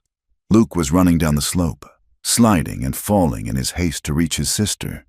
But in the center of the valley, there was only the two of them. Wolf Shadow looked up. He looked at Captain Reynolds. He looked at Thomas Avery, who stood pale and shaking at the edge of the crowd. He looked at the people of Dusty Hollow. He did not hide. He did not cower. He held the white woman in his arms, her blood soaking into his buckskin shirt, and he dared anyone to challenge him. "Doctor," Wolf Shadow shouted, his voice cracking with a desperation he had never shown in battle. "We need a doctor." Captain Reynolds nodded to his field surgeon. "Help her, now!" As the surgeon rushed forward with his bag, Eliza felt the darkness closing in, but she did not feel fear. She felt the strong, steady beat of Wolf Shadow's heart against her ear. She felt his arms, solid as the earth, holding her together when she was falling apart. She had made her choice. She had chosen her side. And as the world faded to black, she knew that for the first time in her life, she was exactly where she belonged. The smell of carbolic acid and stale blood was the first thing that greeted Eliza's heart when she drifted back to the surface of the living. It was a sharp, chemical scent that warred with the earthy aroma of cured buffalo hide and burning cedar. She was lying on a cot in a large canvas tent pitched on the flat ground near the river, a neutral zone established between the town of Dusty Hollow and the Comanche encampment. Her left leg, the one that had been her strong anchor for the last 8 years, was immobilized in a heavy plaster cast. Her right leg, the old enemy, ached in sympathy. "She is awake," a voice said. Eliza turned her head, the movement making the world spin sickeningly. The army doctor, a man with tired eyes and a beard stained with tobacco, was wiping his hands on a rag, standing near the entrance of the tent. Motionless as a statue carved from obsidian was Wolf Shadow. "Water," Eliza croaked. Wolf Shadow moved before the doctor could. He stepped forward, lifted a tin cup from a side table, and held it to her lips. The water was cool and tasted of the river. Eliza drank greedily, some of it spilling down her chin. Wolf Shadow wiped it away with his thumb, his touch lingering for a second against her skin. "The fever has broken," the doctor said, stepping closer. He looked at Wolf Shadow with a mixture of fear and grudging respect, then turned his attention to Eliza. "Miss Hart, you have been unconscious for 4 days. The infection was stubborn." "My leg," Eliza whispered. The doctor pulled up a stool and sat down. He looked grave. "The bullet passed through the quadriceps muscle of your left thigh. It missed the femoral artery by less than an inch, which is the only reason you are not currently being measured for a pine box. However, the muscle damage is severe." Eliza stared at the canvas ceiling. She knew what was coming. She had heard this tone before, 8 years ago in Pennsylvania. "You will walk again." "Eliza," the doctor said, using her first name with a paternal pity that made her stomach turn. "But the left leg will now be as stiff as the right one is short. You will need a cane, perhaps 2, for the rest of your life. Your gait will be significantly impaired." Silence filled the tent. Outside, the wind whipped against the canvas. In the world of the frontier, a woman's value was often measured by her utility. She needed to be able to churn butter, carry water, dance at weddings, and bear children without complication. A woman who could barely walk was a burden. A woman with 2 ruined legs was a tragedy to be pitied, a charity case to be hidden away in a back room. "I see," Eliza said. Her voice did not tremble. She felt a strange, cold numbness settling over her. "Thank you, doctor." The doctor sighed, patted her hand, and stood up. "I will leave you to rest. The captain wants a statement when you are up to it, but there is no rush." He left the tent. Eliza closed her eyes. Tears leaked out from the corners, hot and stinging. She was 24 years old, and she was effectively an invalid. The dream of a normal life, which she had already compromised so heavily, was now dead and buried. She felt the mattress depress. Wolf Shadow sat down on the edge of the cot. He did not speak. He simply took her hand, her left hand, the one that wore no ring, and held it between his 2 large, rough palms. "They think I am broken," Eliza whispered, not opening her eyes. "They look at the shell," Wolf Shadow replied. His voice was a low rumble, like distant thunder. "I look at the fire. The fire is dim, but it is not out. I cannot walk. Wolf Shadow, I will be a cripple twice over, a burden. You rode a horse between 2 armies, he said. You stood in the face of 50 rifles. You saved my life. You saved the lives of my men. Do you think I care how fast you can walk to the river?" Eliza opened her eyes. He was looking at her with an intensity that burned. "But I will be slow," she insisted. "I will be painful to look at." Wolf Shadow squeezed her hand. A ghost of a smile touched his lips. "Then we will walk slow," he said. "The mountains are not going anywhere." 3 weeks later, the cast came off. The rehabilitation began not in a hospital, but on the rocky ground beside the river. Wolf Shadow did not let her lie in bed. He made her stand. He whittled 2 sturdy crutches from ash wood, wrapped the tops in soft deer hide, and handed them to her. "Walk," he commanded. It was agony. The muscles in her left leg had atrophied, and the scar tissue pulled tight like a burning wire with every movement. Her right leg, forced to bear the weight it was never designed for, screamed in protest. Eliza took a step. Her knees buckled. She fell hard into the red dust. She lay there, gasping, waiting for him to pick her up. He did not. He stood 3 feet away, watching her. "Get up," he said. "I cannot," she sobbed, hitting the ground with her fist. "It hurts too much. Pain is a message," Wolf Shadow said impassively. "It tells you you are still alive. Get up, Eliza." She looked at him with hatred. How could he be so cruel? But then she saw his hands. They were clenched into fists at his sides, the knuckles white. He wanted to help her. Every instinct in him was screaming to lift her up. But he knew that if he carried her now, she would never learn to carry herself. Gritting her teeth, Eliza grabbed the crutches. She leveraged her weight. She pushed. She screamed a raw, guttural sound of effort. She stood. She took another step, then another. She swayed, sweat pouring down her face, her dress clinging to her body. Wolf Shadow stepped in then. He moved behind her, his hands hovering at her waist but not touching. A safety net of warmth. "Good," he murmured in her ear. "Find the balance. The earth is uneven, but you are the anchor." "I feel like a newborn foal," she panted. "Wobbly and useless." "A foal learns to run in an hour," he said. "You have had to learn twice. That makes you twice as strong." They walked 10 yards. It took 5 minutes. When they stopped, Eliza leaned back against his chest, exhausted. He wrapped his arms around her, holding her upright, taking her weight. "I limp when I walk," she whispered, repeating the words she had said to him weeks ago in the canyon. "I know," Wolf Shadow replied, resting his chin on the top of her head. "I told you then, and I tell you now, I do not need a racer.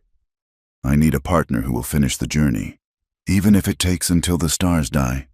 The tenderness in his voice broke something open inside her, the shame of her disability, which had been a heavy cloak she wore for 8 years, began to unravel. She was not perfect. She was scarred, lopsided, and slow, but she was standing in the arms of a warrior who saw her scars as medals of honor. While Eliza fought her battle with gravity, the town of Dusty Hollow fought its own battle with the truth. Harlan Briggs was not a man who went down quietly, but the ledger Eliza had stolen was damning. It contained dates, payments, and letters that implicated him in federal fraud, conspiracy to incite war, and the theft of government property.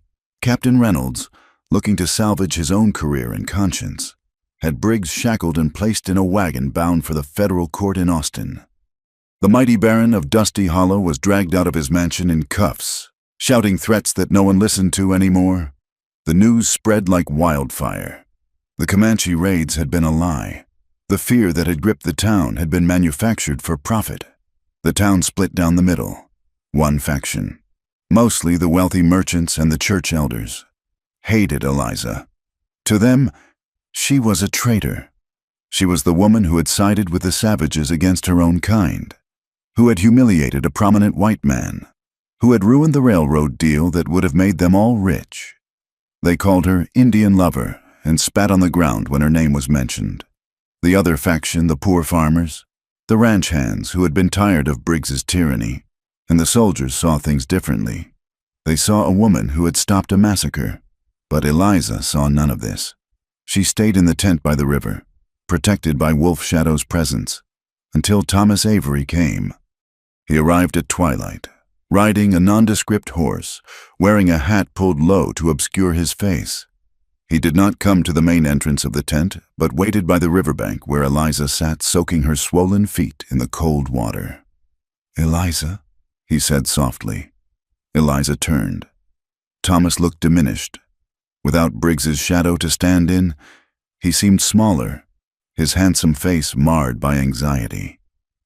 "Thomas," she said. She did not stand. She did not reach for her crutches.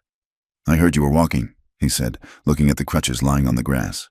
"That is good news. What do you want?" Thomas took off his hat and turned it in his hands. "I wanted to see if you were reasonable. The trial is starting in Austin.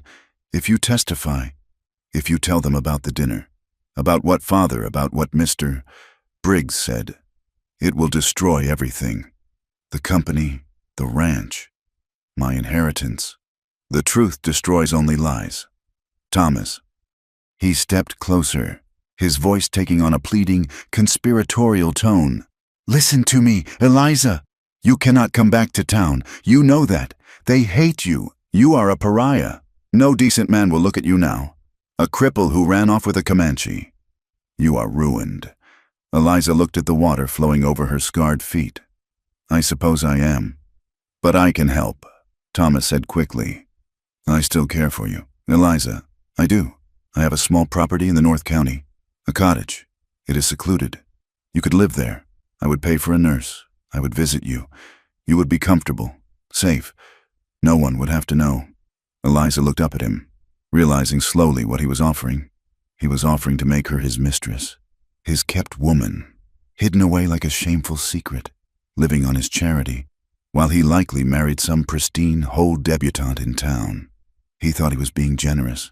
He thought he was saving her. Eliza reached for her crutches. She planted them in the mud and hauled herself up. It was a slow, clumsy process. Thomas moved to help her, but she held up a hand. "Do not touch me," she said. She stood fully upright, swaying slightly, but looking him in the eye. "You offer me a cage and call it a home," she said, her voice steady. "You offer me shame and call it love. I am offering you survival," Thomas hissed. "Look at you, Eliza. You can barely stand. Who else will take you that savage? Do you think he will stay when the winter comes? Do you think you can survive living in a dirt-floor teepee with legs like that?" "I do not know if I will survive," Eliza said. "But I know this. I would rather limp over sharp rocks beside a man who respects me than walk on smooth floors beside a man who is always looking down at my feet." She took a step toward him, forcing him to give ground. "Go home, Thomas. Save your inheritance, but do not ever presume to save me again." Thomas stared at her, his face flushing red with humiliation. He slammed his hat back on his head. "You will regret this," he spat. "When you are starving in the snow, you will regret this." He turned and marched back to his horse. Eliza watched him go. She felt a profound lightness. The last thread binding her to Dusty Hollow had been cut. The next morning, Luke arrived. He brought a pack horse loaded with flour, sugar, and coffee. He looked older, his face set with a new maturity. "I'm going with you," Luke announced as he dumped the supplies by the fire. Eliza sat on a log, rubbing her aching thigh. "No, you are not. You have a job at the livery. You have a girl you like at the bakery. I saw the way you look at her." Luke blushed, but shook his head. "I cannot let you go into the mountains alone. You need help, and it is my fault." Eliza stopped rubbing her leg. "What is your fault?" "Your legs," Luke said, his voice cracking. Tears welled up in his eyes. "The accident, 8 years ago. You jumped to save me. If I had not been so stupid, if I had not frozen, you would be whole. You would be a teacher. You would be married to a rich man. I ruined your life. Eliza." Eliza reached out and grabbed his hand, pulling him down to sit beside her. "Listen to me, Luke Hart," she said fiercely. "Look at me." He looked up, misery etched on his face. "Do you see this?" She gestured to the landscape, the towering red cliffs, the endless sky, and wolf shadows standing in the distance, watching the perimeter. "Do you see who I am now?" "You're hurt," Luke whispered. "I am free," Eliza said. "Yes, the accident took my walk.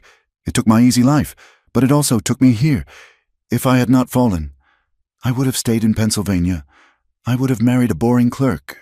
I would have lived a small, safe life, and I never would have known how strong I am. I never would have met him." She glanced at Wolf Shadow. "I do not regret saving you, Luke, and I do not regret the fall. It broke my bone, but it set my spirit straight. You do not owe me a debt. You gave me a destiny." Luke stared at her, the guilt of 8 years slowly beginning to lift from his shoulders. He hugged her then, burying his face in her neck. "I will stay in town," he said, pulling back and wiping his nose. "I will be your voice there. I will tell the truth about what happened." "That is a brave thing to do," Eliza said, as the sun began to set, painting the sky in violent shades of violet and crimson. Wolf Shadow stood by the horses. He was packing the last of the supplies. He moved slowly, his brow furrowed. Ashen Dove approached him. She placed a withered hand on his arm. "Your heart is heavy, my son," she said in the Comanche tongue. "I am taking a woman who cannot run into a life that requires running." Wolf Shadow replied quietly. "Am I selfish?" The boy offered to take her back. She could have lived in a house with walls. "Walls keep the wind out," Ashen Dove said. "But they also keep the spirit in. You look at her legs and you worry, but you do not look at her eyes." Wolf Shadow looked over at Eliza, who was saying goodbye to Luke. She was leaning on her crutches, laughing at something her brother said. The sound was clear and bright. "The woman understands the pain of the earth," Ashen Dove continued. "She has carried pain for many winters. She is not brittle. Wolf Shadow. She is forged iron. She will travel farther with you on broken legs than any whole woman who fears the dark." Wolf Shadow nodded slowly. "I am afraid I will fail her." "Then do not fail her," Ashen Dove said simply. "Be her staff, and let her be your heart." Eliza limped over to the horses. Luke had ridden away, a small figure disappearing into the dusk. The camp was struck. The few Comanche warriors who had stayed were already mounted, waiting. Eliza stood at the edge of the ridge, looking down at Dusty Hollow one last time. The lights of the town were flickering on. It looked warm. It looked safe. It looked like a place where everyone knew the rules and everyone stayed in their lines. Wolf Shadow came to stand beside her.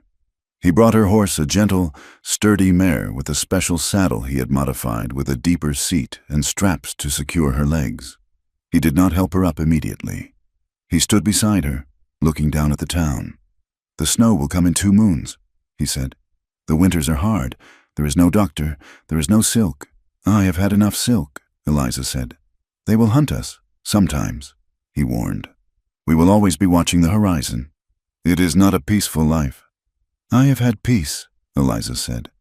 "It tasted like dust." Wolf Shadow turned to face her. He framed her face with his hands. "Are you sure?" "Eliza, once we cross this ridge, there is no going back to that world." Eliza looked at him. She looked at the man who had caught her when she fell, who had stood between her and a firing squad, who had sat in a tent for 3 weeks holding her hand while she burned with fever. She leaned her weight on her crutches and looked him in the eye.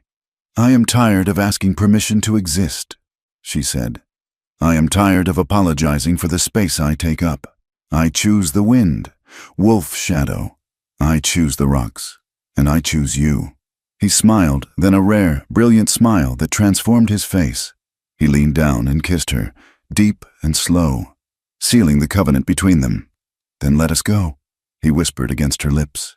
He lifted her onto the horse, securing her bad legs with a gentleness that belied his strength. He mounted his own paint horse. They turned their backs on Dusty Hollow. They turned their backs on the railroad, the courtrooms, and the polite society that had no place for a crippled woman and a renegade warrior. Eliza Hart did not look back. She adjusted her grip on the reins, felt the steady rhythm of the horse beneath her, and rode toward the darkening mountains. She was limping into the unknown, but for the first time in her life, she was flying. 2 winters had passed since the day the guns fell silent in the Red Rock Canyon. The seasons in the territory were harsh teachers. The summer sun baked the earth until it cracked like old pottery, and the winter winds swept down from the north with teeth of ice. But high on the ridge, nestled in a sheltered fold of the land where the pine forest met the open stone. A new kind of root had taken hold. It was a homestead, though it looked like nothing found in the architectural books of the East, nor the traditions of the plains. There was a cabin built of sturdy pine logs, chinked with river clay, standing shoulder to shoulder with a large, beautifully painted buffalo hide teepee. Smoke curled from the stone chimney of the cabin and the smoke hole of the lodge, twisting together in the morning air like two breaths becoming one. Eliza Hart sat on a high-backed chair carved from oak, positioned on the flat porch of the cabin. Her left leg was stiff, extended straight out in front of her. Her right leg was bent, the foot resting on a small stool. A pair of heavy crutches leaned against the wall within easy reach. "Again," she said, her voice firm but warm. "The letter A is like the mountain peak, sharp at the top." Sitting cross-legged in the dirt before her were 12 children. 7 of them were Comanche, with hair like raven wings and eyes that missed nothing. 3 were the children of mixed blood, the half-breeds that the world usually discarded. And 2 miraculously were white children from Dusty Hollow, boys whose curiosity had outweighed their parents' prejudices. A young Comanche boy, Little Hawk, held up a piece of slate. He had drawn a perfect A. "Good," Eliza nodded. "Now, B is the buffalo, big chest, big belly." The children giggled. This was Eliza's school. There were no walls, no bell, and no tuition. The currency here was respect. She taught them to read the English words that would one day try to trick them in treaties. She taught them the mathematics of trade so they would not be cheated by merchants. And in return, they taught her. They taught her the names of the herbs that stopped bleeding, the signs of a coming storm, and the patience of the spider weaving its web. A shadow fell across the porch. Eliza looked up to see Wolf's shadow coming from the corral. He was leading a spotted pony, checking its hooves. He wore a mixture of buckskin and denim now, a shirt of blue cotton cloth tucked into leather leggings. He looked older, the lines around his eyes deeper, etched by the sun and the constant vigilance of a man protecting a fragile peace. He tied the pony to the rail and walked up the steps. He moved with the silence of a ghost, a stark contrast to the heavy, rhythmic thump drag that announced Eliza's presence anywhere she went. "The boy, Little Hawk, has a quick mind," Wolf's shadow observed, leaning against the porch post. "He does," Eliza agreed, wiping chalk dust from her fingers. "He asked me yesterday why the white men write on paper when the rocks last longer. I did not have an answer." Wolf's shadow smiled, a slow expression that reached his eyes. "Paper burns. Rocks remember. The boy is wise." He looked down at the dusty yard where the children were packing up their slates. "We have visitors coming up the trail. A wagon." Eliza stiffened instinctively. The war was over, but the peace was a thin sheet of ice over a deep, dark lake. There were still men in Texas who believed the only good Indian was a dead one, and women who believed a white woman living with a Comanche was a sin against God. "Soldiers?" she asked. "No," Wolf's shadow said, resting his hand briefly on her shoulder. "Friends." The wagon creaked up the steep incline, the horses blowing hard. At the reins sat Luke, Eliza's brother. He had filled out in the last 2 years. His shoulders were broad, and he handled the team with a confidence he had lacked before. Beside him sat a man with gray hair and a neatly trimmed beard, wearing a civilian suit that looked slightly too tight for his military bearing. It was former Captain Reynolds. "Afternoon, sister," Luke called out, waving his hat. "Brought the flour you asked for, and some peppermint sticks for the little ones? You will rot their teeth." "Luke," Eliza scolded gently as the wagon came to a halt, but she was smiling. Reynolds climbed down stiffly. He took off his hat and nodded to Wolf's shadow. It was a gesture of equality that would have been unthinkable 2 years ago. "Mr. Shadow," Reynolds said. "Captain," Wolf's shadow replied. "The coffee is on the fire." They sat around the large wooden table outside the cabin.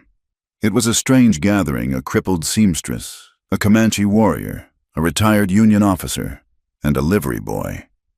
They broke bread and ate dried venison. "The town is changing," Reynolds said, blowing on his hot coffee. "The railroad finally came through. 10 miles south. Dusty Hollow missed the boom. Briggs's old mansion is being turned into a hotel for travelers." "And Briggs?" Eliza asked. She did not feel fear at the name anymore, only a distant curiosity. "Still in federal prison in Leavenworth," Reynolds said with a grim satisfaction. "Labor camp. I hear he spends his days breaking rocks, fitting work for a man who tried to break the world." Luke leaned forward. "But the talk, Eliza, it has changed. They do not call you a traitor anymore. Not to your face, anyway. The new preacher, Reverend Hale. He used you in his sermon last Sunday." Eliza raised an eyebrow. "As a cautionary tale about the dangers of the wilderness, I assume." "No," Luke grinned. "He talked about the Samaritan. He said true charity does not look at the color of the skin or the cut of the clothes. He said the bravest person this town ever produced was the woman who rode a horse with a broken leg to stop a war." Eliza looked down at her coffee cup. "They turn us into stories so they do not have to deal with us as people." "Maybe," Wolf Shadow said, his voice deep. "But a good story is a shield. If they think we are legends, they are less likely to come up here and shoot our dogs." Reynolds chuckled. "There is truth in that, but I came for another reason. The army. My replacement at the fort. They are looking for scouts. Men who know the land but can speak English. Honest men." He looked at Wolf Shadow.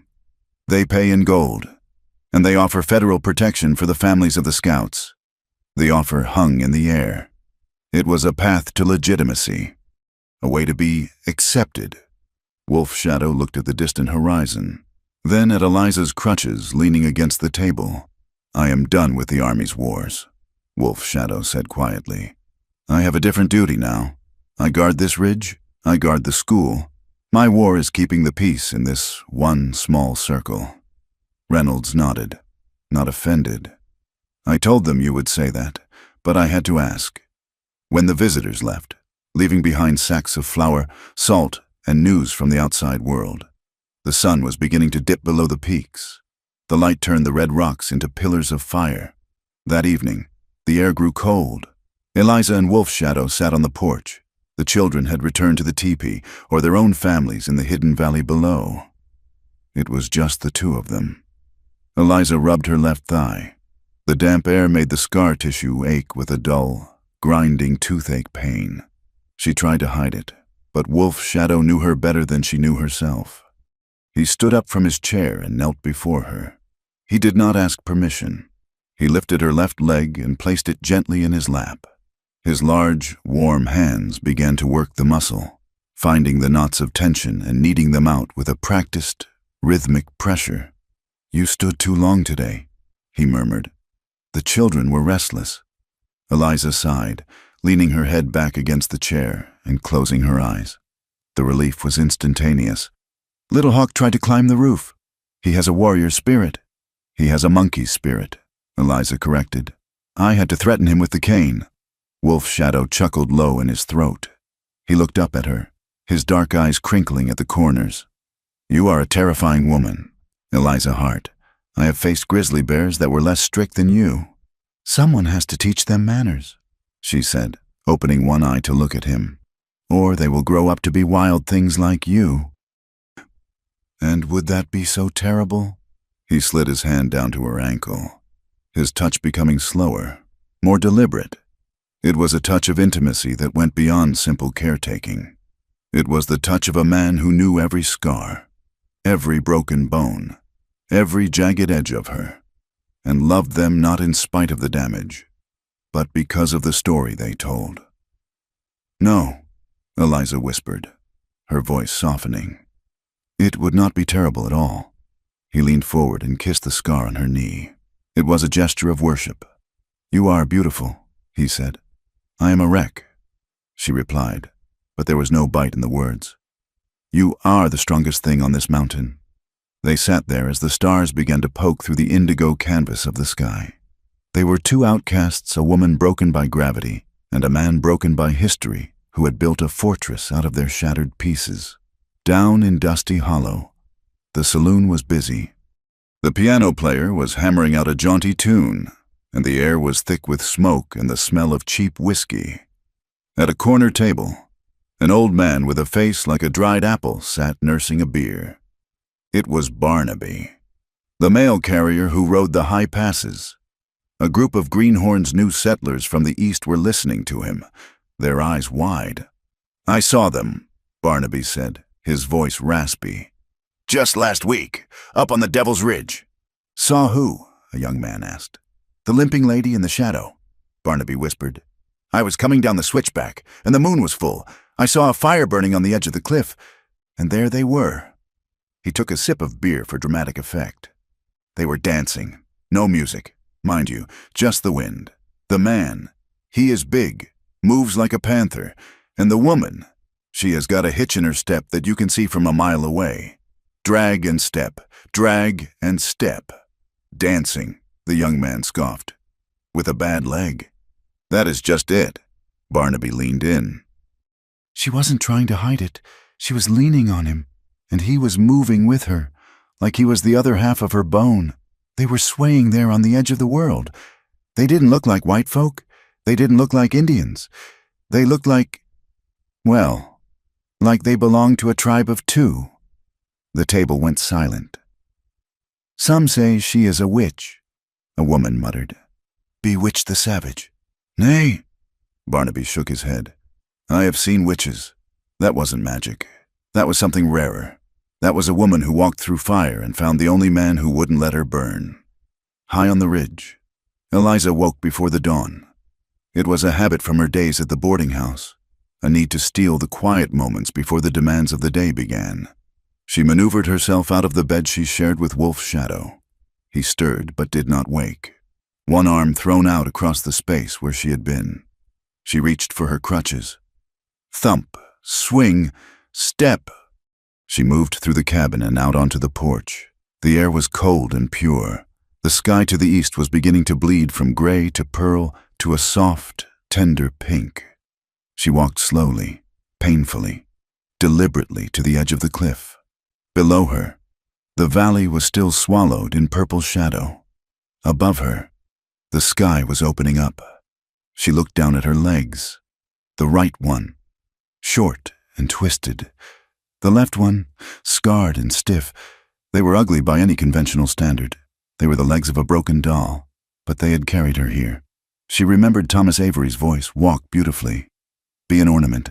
She remembered the pity in the doctor's eyes, significantly impaired. She smiled. It was a fierce, private smile. She was not an ornament. She was a witness. Every step she took was a testament to the fact that she had refused to die. Her limp was not a failure. It was her signature. It was the handwriting of her life on the earth. She heard the soft tread of moccasins behind her. Wolf Shadow stepped up beside her. He wrapped a heavy wool blanket around her shoulders and pulled her back against his chest. He did not try to support her weight. He knew she could stand. He just wanted to be with her. "The sun is coming," he said. "It is," she replied. "Do you ever miss it?" he asked suddenly. The town, the silk dresses, the easy walking. Eliza looked at the horizon. She thought about the paved streets of Philadelphia. She thought about the clean floors of the Briggs mansion. Then she felt the warmth of the man behind her, the callus of his hand on her waist. The vast, terrifying, beautiful freedom of the canyon. "No," she said. "I do not miss the easy walking. Easy walking goes nowhere worth going." Wolf Shadow turned her in his arms. The sun crested the mountains, flooding the world with a sudden, blinding gold. It lit up his face, revealing the scars of his own battles, the history written on his skin. He offered her his hand. "Shall we walk?" he asked.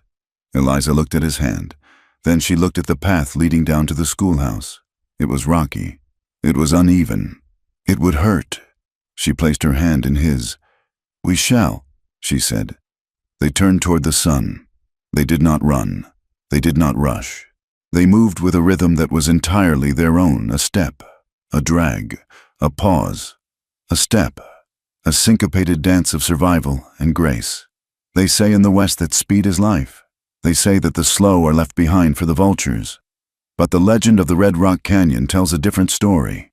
It tells of a woman who could not run and a warrior who stopped running. It tells us that the longest journeys are not made by the swift, but by those who refuse to leave each other behind. Because, as the wind whispers through the cedar and the sage love doesn't need a racer, it needs a partner brave enough to limp through the wild and still keep walking. Thank you so much for listening to this story. I hope the journey of Eliza and Wolf Shadow touched your heart as much as it did mine writing it. It is a reminder that our scars do not define our worth, and that true love is about finding someone who matches your pace. No matter how difficult the road is, I would love to hear from you. Please leave a comment down below telling me where you are listening to this story from. Are you in a busy city, a quiet countryside, or maybe somewhere in between? Let's connect and share our own stories. If you enjoyed this tale, please subscribe to my channel, Wild West Tales. Hit that like button to show your support. And don't forget to press the hype button so this story can reach more people who might need to hear it. Until next time, keep walking your own path.